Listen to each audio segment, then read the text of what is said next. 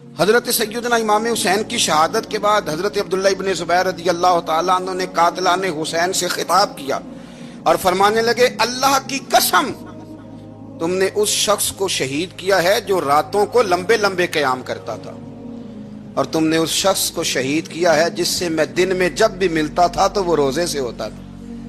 تم نے اس شخص کو شہید کیا جو قائم اللیل تھا، صائم الدہر تھا، اس شخص کو تم نے شہید کیا۔ آپ کو پتہ ہے کہ میدان کربلا میں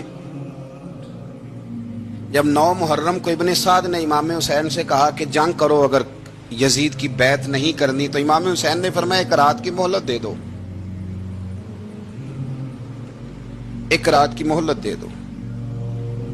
حضرت امام زین العابدین کہتے ہیں میں نے اپنے والد گرامی سے عرض کی کہ ابا جی آپ جہاد سے دور جانے والے تو ہیں نہیں، آپ تو جہاد سے پیار کرنے والے، اور یہ بھی پتہ ہے مجھے کہ یہ جنگ اب ہو کے رہے گی، تو ایک رات کی مہلت دینے کا معنی کیا ہے؟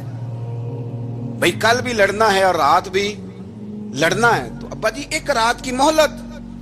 تو سیدنا امام حسین رضی اللہ تعالیٰ عنہ فرمانے لگے، بیٹا رات کی مہلت اس لیے لی ہے کہ میں آج رات کھل کے اپنے رب کی عبادت کر لوں، میں استغفار کر لوں، میں لمبے سجدے کروں۔ اور کہا زین العابدین تو جانتا ہے نا کہ مجھے نماز سے، تلاوت سے، دعا سے اور استغفار سے بڑا پیار ہے۔ نماز سے مجھے پیار ہے، دعا سے مجھے پیار ہے، استغفار سے مجھے پیار ہے۔ فرمایا بیٹا میں نے اس لیے نہیں کہ میں چاہتا ہوں ایک رات اور دنیا میں رہوں۔ تو امام زین العابدین فرماتے ہیں امام علی مقام نے سجدے پہلے بھی بڑے کیے، پر 9-10 کی درمیانی رات جو ان کے سجدے تھے وہ میں نے کبھی نہیں دیکھے۔ فرماتے ہیں تیمم کے ساتھ وہ رات کی جو عبادتوں کا رنگ تھا وہ میں نے کبھی نہیں دیکھا۔ امام علی مقام کا عبادت کا ذوق تھا، شوق تھا، لذت تھی۔ آپ یقین کریں ایسے ایسے عجیب بہانے ہم لوگوں کہتے ہیں میرا نماز میں دل نہیں لگتا، تو میں کہتا ہوں تیرا گپ شپ میں کس طرح لگتا ہے، تیرا موبائل پہ کیسے لگتا ہے بھائی؟ یہ تو بھائی ذوق کی بات ہے۔ امام حسین کہتے ہیں مجھے قرآن پاک سے پیار ہے، مجھے تلاوت سے پیار ہے، مجھے دعا سے پیار ہے، مجھے استغفار سے پیار۔ بھائی جس کو جس چیز سے پیار ہوگا دل لگ جائے گا۔ ہم نے کبھی پیار کیا ہی نہیں اس سے، جن چیزوں سے پیار ہے وہاں دل لگ جاتا ہے۔ یہ ایک بہانہ ہے، ورنہ کثرت سے عبادت کرنا، ذوق پیدا کرنا، یہ تو اہل اللہ کا طریقہ ہے۔ والذین یبیتون لربہم سجدا وقیاما، رب کے بندوں کی علامت یہ ہے کہ وہ راتیں سجدے اور قیام میں گزار دیتے ہیں۔ تو امام حسین کی سیرت کا کمال ہے کہ ذوق عبادت رکھتے تھے۔ دوسری بات جو امام علی مقام کی سیرت میں بڑی شاندار ہے وہ یہ ہے کہ سخی بڑے تھے۔ ایک قول سنانا ہے آپ کو امام حسین کا، اور خواہش میری یہ ہے کہ میرے حاضرین اور ناظرین اس قول کو رٹا لگا کے یاد کریں، اس قول کو انشاءاللہ۔ یہ قول جو امام حسین کا ہے نا جی، یہ جس دن مجھے ملا تھا نا تو میں نے بھی رٹا لگا کے یاد کیا تھا، اور میرے پاس جتنی ڈائریاں ہیں شاید میں نے سب میں لکھا ہے۔ امام علی مقام رضی اللہ تعالیٰ عنہ فرماتے تھے اللہ کی رضا کے لیے کسی شخص کی ایک حاجت پوری کر دینا 1 مہینہ مسجد میں اعتکاف کرنے سے زیادہ درجہ رکھتا ہے۔ ایک بندے کی ایک حاجت پوری کر دینا 1 مہینہ پورا مسجد میں اعتکاف کرنے سے زیادہ درجہ رکھتا ہے۔ خدا کے بندے تو ہیں ہزاروں اور بنوں میں پھرتے ہیں مارے مارے، میں اس کا بندہ بنوں گا جس کو خدا کے بندوں سے پیار ہوگا۔ کسی بندے کی ایک حاجت پوری کرنا 1 مہینہ اعتکاف میں بیٹھنے سے زیادہ افضل ہے۔ اسی لیے تو میرے حبیب کریم علیہ السلام نے فرمایا تو رب کے بندوں کی حاجتیں پوری کرنے میں لگ جا، رب تیری حاجتیں پوری فرما دے گا۔ امام علی مقام فرماتے تھے ایک حاجت کسی کی پوری کرو۔ حضرت جناب سیدہ زینب بنت ابی رافع کہتی ہیں کہ سیدہ فاطمہ الزہرا نا ایک دن اپنے دونوں شہزادوں کو لے کے، جب حضور کی طبیعت مبارک بظاہر علیل تھی جس میں حضور کا وصال ہوا، دونوں شہزادے لے کے سیدہ فاطمہ نبی کریم کی بارگاہ میں گئی، کہنے لگی یا رسول اللہ میرے بچوں کو کچھ دیجئے سیدہ پاک۔ تو حضور اٹھ کے بیٹھ گئے، اس کندھے سے امام حسن کو لگایا اور اس سے امام حسین کو لگایا، اور فرمایا فاطمہ یہ جو میرا حسن ہے نا اس کو میں اپنی ہیبت اور سرداری دیتا ہوں، اور فرمایا یہ جو میرا حسین ہے نا حسین کو میں اپنی جرت اور سخاوت دیتا ہوں، میرا حسین جرت مند ہوگا اور سخی ہوگا۔ داتا گانج بخش علی حجویری، امام الاولیاء، سید الاسفیاء، داتا صاحب کشف المعجوب میں فرماتے ہیں ایک دن نا امام حسین کے پاس ایک شخص آیا بڑی دور سے کچھ مانگنے کا، حضور کچھ دیجئے۔ وہ شخص کہتا ہے کہ میرا ظرف یہ تھا کہ 4-5 دینار ملیں گے۔ تو امام حسین فرمانے لگے تھوڑی دیر بیٹھ جا، رزق آ رہا ہے۔ تو امام حسین کو حکومت وقت کی طرف سے نا 5 تھیلیاں ملی، جس میں ایک تھیلی میں 500 اشرفیاں تھیں۔ 5 تھیلیاں آئیں، لیکن اس کو آنے میں نا ذرا دیر ہو گئی۔ وہ 5 تھیلیاں جب آئی نا تو امام حسین اس کی طرف 5 تھیلیاں بڑھا کے نا، ذرا دیکھنا میری طرف غور سے، 5 تھیلیاں بڑھا کے نا تو فرمانے لگے میاں جتنا تجھے انتظار کرایا نا اتنی ہم تیری حاجت پوری نہیں کر سکے۔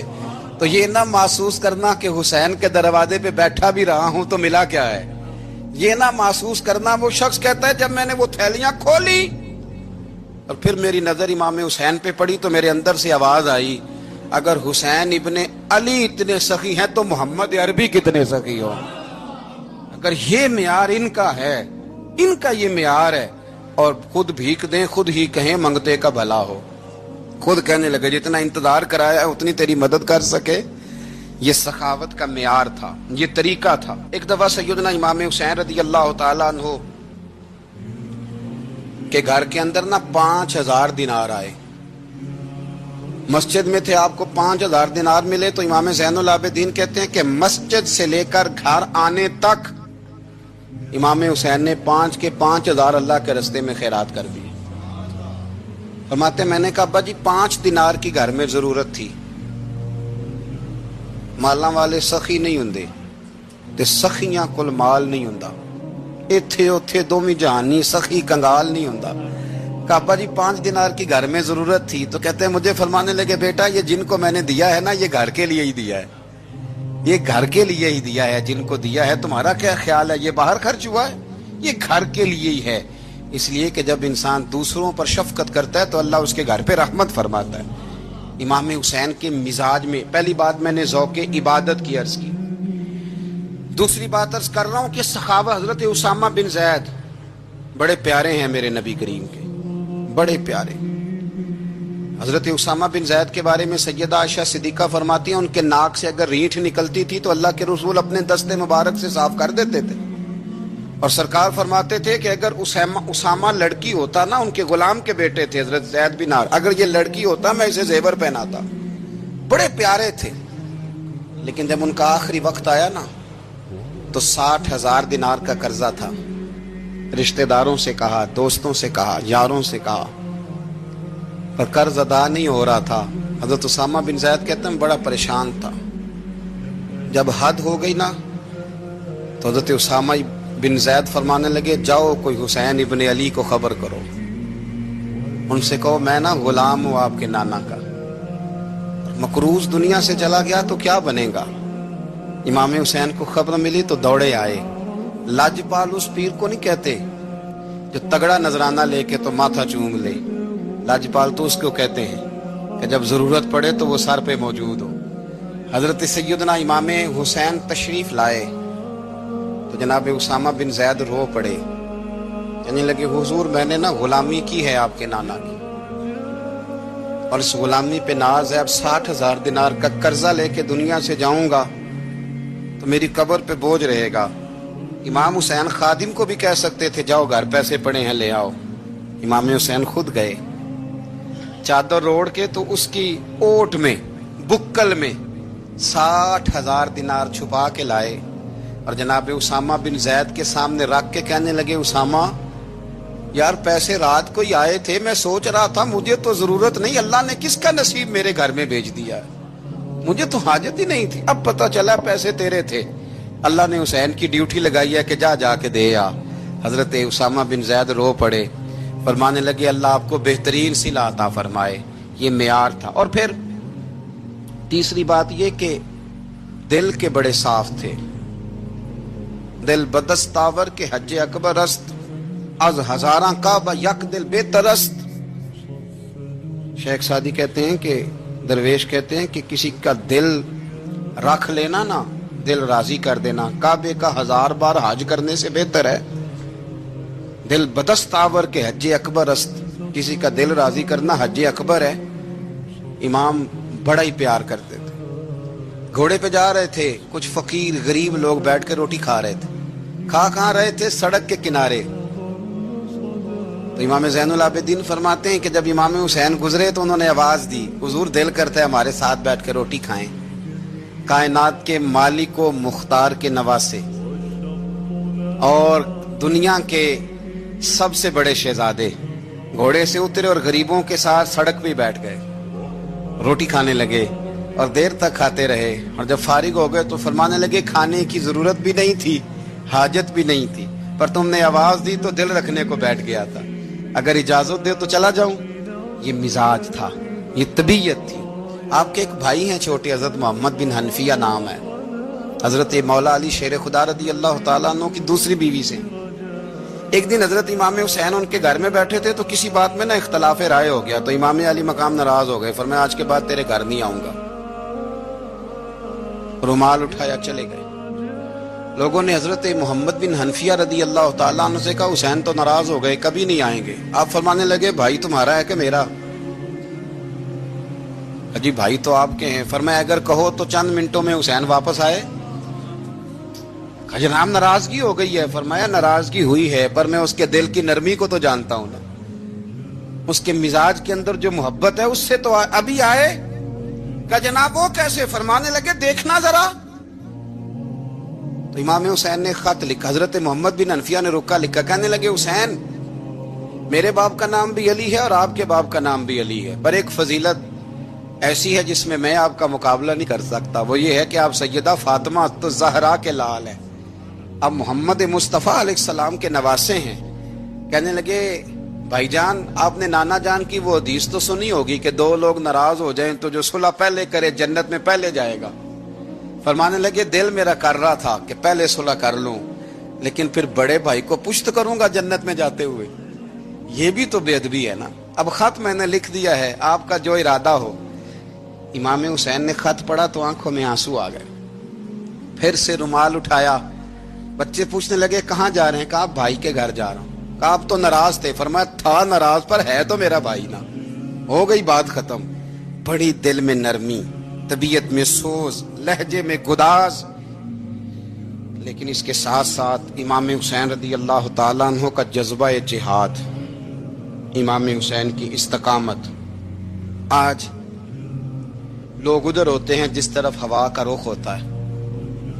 آج لوگوں کی سوچوں کا زاویہ یہ ہے کہ جدھر رش زیادہ ہوگا ہم بھی ادھر جائیں گے. ہم یہ نہیں دیکھتے حق کس طرف ہے, ہم یہ دیکھتے ہیں رش کس طرف ہے.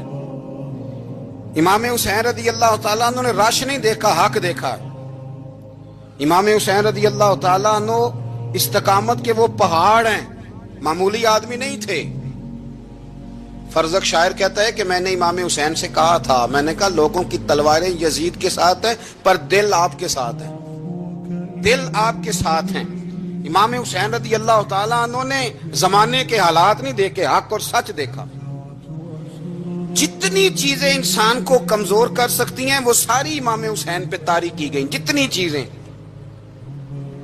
وطن چھوڑنا کتنا کو مشکل ہوتا ہے. شالا پردیسی کوئی بھی نہ تھی وے کخ جنا تو پارے. حضرت سلطان باؤ فرماتے ہیں بچو, پردیسی ہونا کوئی آسان ہے؟ جس آدمی کا کسی چھوٹے سے گاؤں میں بھی مکان ہو, چھوڑنا پڑ جائے تو روٹا ہے. تو مجھے بتاؤ جس نے اپنا سارا بچپن مدینے میں گزارا ہو, آج جو ایک ہفتہ مدینے رہ کے آتے ہیں ان سے واپس نکلنا مشکل ہوتا ہے. لیکن امام حسین حق کا رستہ تھا, وطن کی قربانی دی, اور معمولی وطن نہیں, مدینے جیسا وطن. اور جب کھڑے تھے نا امام حسین رضی اللہ تعالیٰ عنہ رجب میں نکل رہے تھے مدینے سے, تو کوئی شاعر کہتا ہے دور کھڑے ہو کے انہوں نے گویا کہا تھا آقا تیرے کرم کے خزینے کی خیر ہو, میں جا رہا ہوں تیرے مدینے کی خیر ہو. امام حسین نے وطن چھوڑا, کوئی لغزش نہیں پیروں میں, کوئی نہیں. شہزادوں والی زندگی تھی, مسجد نبوی کے امام تھے, نبی کریم علیہ السلام کے روضہ اطہر پر تشریف رکھتے تھے. زمانہ حیا کرتا, شان و شوکت تھی, پر حق کے لیے چھوڑا. نکل کر خانقاہوں سے ادا کر رسم شبیری. اور پھر بڑا مشکل ہوتا ہے. جس شخص کے ساتھ بچے اور عورتیں ہوں وہ تو یہ کہہ کے لڑائی سے جان چھڑاتا ہے کہ میرے ساتھ فیملی ہے، نہ ہوتی تو تجھے بتاتا، پر امام حسین کو اولاد بھی کمزور نہیں کر سکی، عورتوں کا ساتھ ہونا کمزور نہیں کر سکا۔ پھر امام علی بھوک کتنا مشکل کام ہے۔ آج لوگ کہہ نہیں دیتے کہ میں تو اس لیے گناہ کرتا ہوں کہ رشوت اس لیے لے لیتا ہوں کہ بچے چھوٹے ہیں۔ 10 دنوں کی کم و بیش سفر، 3 دنوں کی بھوک اور پیاس، پر حق کے رستے میں امام حسین کو کوئی چیز کمزور نہیں کر سکی۔ اور پھر وہ جتنی باتیں لوگ کہہ سکتے تھے وہ ساری کہیں گئیں، ساری۔ اور آ کے عرض کرنے لگا حضور یہ کوئی معمولی دشمن نہیں، یہ وہ ظالم ہیں جو لاشوں پہ بھی گھوڑے دوڑا دیتے ہیں۔ تو امام علی مقام فرمانے لگے جو شہادت کا جذبہ لے کے نکلے وہ پھر انجام نہیں دیکھا کرتا۔ وہ انجام، وہ جتنی چیزیں جو استقامت کے رستے میں آ سکتی ہیں وہ ساری چیزیں رستے میں آئیں، پر امام علی مقام نے کسی چیز کی پرواہ نہیں کی۔ آج کا مسئلہ یہ ہے کہ آج لوگوں میں استقامت نہیں ہے۔ رات کو کچھ ہوتے ہیں، سویرے کچھ ہوتے ہیں، دوپہر کو کچھ ہوتے ہیں، شام کو کچھ ہوتے ہیں۔ ہمارا کل انداز تکلم کچھ اور ہوتا ہے، صبح کچھ اور ہوتا ہے۔ امام علی مقام میدان میں رہے، ایک میت گھر میں ہو جائے تو کئی دنوں تک آنکھ کھلتی نہیں، ہوش رہتا نہیں۔ سب سے زیادہ مصائب امام حسین نے دیکھے، سب سے زیادہ۔ اور گھوڑے پر بیٹھنے سے پہلے ساری تکلیفیں آپ دیکھ چکے تھے۔ باپ کا جنازہ اٹھانا آسان ہوتا ہے، بیٹے کا جنازہ اٹھانا بڑا مشکل ہوتا ہے، پر امام حسین نے بیٹوں کے جنازے اٹھائے۔ حضرت علی اصغر کی لاش کو امام حسین نے اپنے دست مبارک سے دفن کیا، اور جناب علی اکبر کی میت کو جب آپ اٹھا کے لا رہے تھے تو سیدہ زینب فرماتی ہیں کہ مجھے یوں کبھی لگتا تھا حسین کا قد بڑا ہے اور کبھی لگتا تھا علی اکبر کا قد بڑا ہے۔ اور فرماتی ہیں کہ پھر حضرت قاسم بن حسن کو بھی وہ اٹھا کے لائے، اور جناب عباس کے وجود سے الگ ہونے والے بازو انہوں نے لا کے حضرت عباس کے وجود کے ساتھ بھی رکھے۔ انہوں نے یہ سارا منظر دیکھا، لیکن جب حسین ابن علی اپنی دفعہ گھوڑے پہ سوار ہوئے تو لگتا یہ تھا کہ ان سے زیادہ بہادر کوئی نہیں۔ ایک جملہ بھی یزیدی فوج کے سامنے امام حسین نے کمزور نہیں کہا، ایک جملہ بھی، ایک فکرہ بھی کچا نہیں بولا، کہیں بھی کوئی منت نہیں کی، کسی جگہ بھی ان کے پائے استقلال میں کوئی لغزش نہیں آئی۔ جب لوگوں کو پتہ چل جائے کہ اب سامنے موت ہی موت ہے، سوائے اس کے چارہ کچھ بھی نہیں، تو بہت سا جو رخصت اور اجازت تو دین بھی دیتا ہے، پر امام حسین کسی جگہ کسی رخصت پر عمل کرتے نظر نہیں آتے۔ ڈٹ کے بات کی، ڈٹ کے، اور پھر جب میدان میں نکلے، اللہ اکبر، تو ابن سعد کہنے لگا کہ اگر 2 کر کے، ایک کر کے جاؤ گے تو یہ 45,000 کا لشکر سارا حسین کاٹ ڈالے گا۔ یک بارگی حملہ کرو گے تو بات، اتنی استقامت، اتنا۔ آج تو لوگ ڈپریشن کے مریض ہیں، آج تو لوگ ٹینشن کے مریض ہیں، ہر دوسری بات میں لوگ کہتے ہیں وہ بڑا، پر کس بات سے؟ مطلب کیا آپ نے زندگی میں صرف جاب نہیں مل رہی، صرف بیماری آ گئی، صرف خرچہ نہیں گھر میں بڑا، کس بات کا ڈپریشن؟ امام حسین کی زندگی بتلاتی ہے وہ لوگ بھی کوئی دنیا میں کمال حاصل کر سکتے ہیں جو چھوٹی چھوٹی بات پہ روتے ہیں۔ مال بھی ہے، جوانی بھی ہے، گھر بھی ہے، مکان بھی ہے، بچے بھی ہیں، عزت بھی ہے، صرف پیسے نہیں۔ اور انسان ہے کہ آنکھیں نہیں کھل رہی، وہ سمجھتا ہے میں کسی کام کا ہی، فقط پیسے نہیں بس۔ او خدا کے بندو، امام علی مقام نے فرمایا سارا کچھ لٹا کے بھی جو میدان میں کھڑا رہے اسے حسین ابن علی کہا جاتا ہے، اسے حسین ابن علی کہا جاتا ہے۔ حسین ابن علی کی شان رفت کوئی کیا جانے، حسن جانے، علی جانے، نبی جانے، خدا جانے، کون جانے امام علی مقام کا معیار۔ تو امام حسین رضی اللہ تعالیٰ عنہ کی زندگی ہمیں بتاتی ہے کہ ذوق والی عبادت کرو۔ امام حسین کی زندگی ہمیں بتاتی ہے کہ جب تم سخاوت کرو تو پھر اپنی حیثیت سے بڑھ کر کرو۔ اور امام حسین کی زندگی ہمیں بتاتی ہے کہ دل میں کسی کے لیے کوئی بات نہ رکھو، صلح کرنے میں پہل کرو، محبتیں کرنے میں آگے بڑھو۔ اور امام حسین کی زندگی ہمیں بتلاتی ہے کہ جب دنیا میں تم نے کچھ کرنا ہے تو پھر ڈٹنا بھی سیکھو، پھر کھڑے ہونا بھی سیکھو۔ یہ نہ دیکھو کہ حالات، امام حسین نے ایک دن بھی حکومت نہیں کی، یزید نے 4.5 سال کی، لیکن قیامت تک دلوں پہ حکومت امام حسین کی رہے گی۔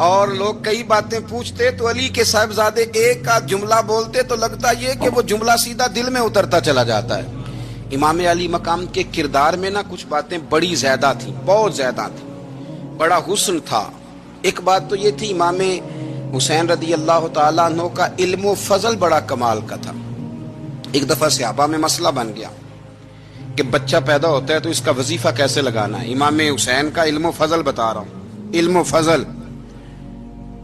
تو بات بڑی پیچیدہ ہو گئی.